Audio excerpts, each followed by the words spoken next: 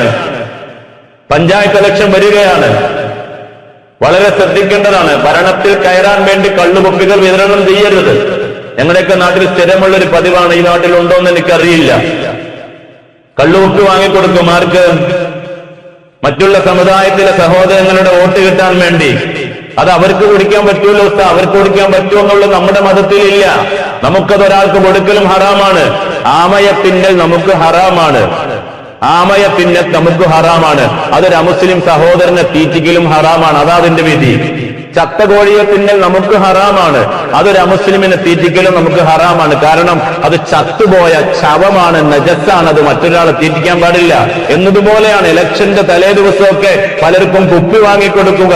ഇതൊക്കെ തനിച്ച ഹറാമാണ്. ഇത് എന്തിന്റെ പേരിലായാലും പരലോകത്ത് പടച്ചവന്റെ മുന്നിൽ ഇങ്ങനെ കൊണ്ടുവന്ന് നിർത്തും. ഇലക്ഷനായപ്പോ നിന്റെ ദീനെവിടെ പോയി എന്ന് ചോദിക്കും. മറുപടി പറയാൻ കിട്ടൂല. സൂക്ഷിച്ചാൽ അവനവന് നല്ലത്. ഇലക്ഷൻ വരുമ്പോൾ മതത്തിനൊരു നിയമം, ഇലക്ഷൻ കഴിഞ്ഞാൽ മറ്റൊരു നിയമം എന്ന് ഇസ്ലാമിലില്ല.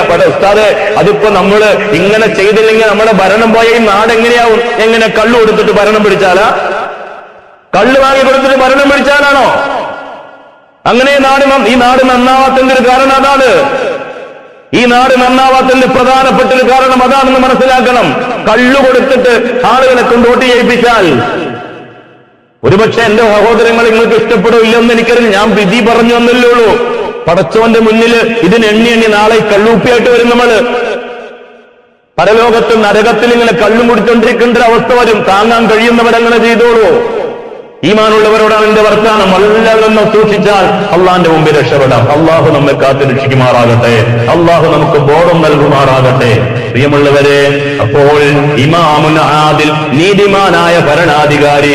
നല്ല പ്രയാസമുണ്ട് നീതിയോടെ ഭരണം നടത്താൻ. പലപ്പോഴും പല പ്രതിസന്ധികൾ വരും, ആരോപണങ്ങൾ വരും. പക്ഷേ നീതിയോടെ ഭരണം നടത്തിയാൽ പരലോകത്തെ പടച്ചവന്റെ ദർബാറിൽ അള്ളാഹു തആല അർശിന്റെ തണൽ കൊടുക്കുകയാണ്. മറ്റൊരാള് അള്ളാന്റെ മാർഗത്തിലായ ഇബാദത്തിലാണ്. എല്ലാ വഖത്തും നിസ്കാരത്തിലുണ്ട്, എല്ലാ നിസ്കാരങ്ങൾക്കും മുൻപന്തിയിലുണ്ട്.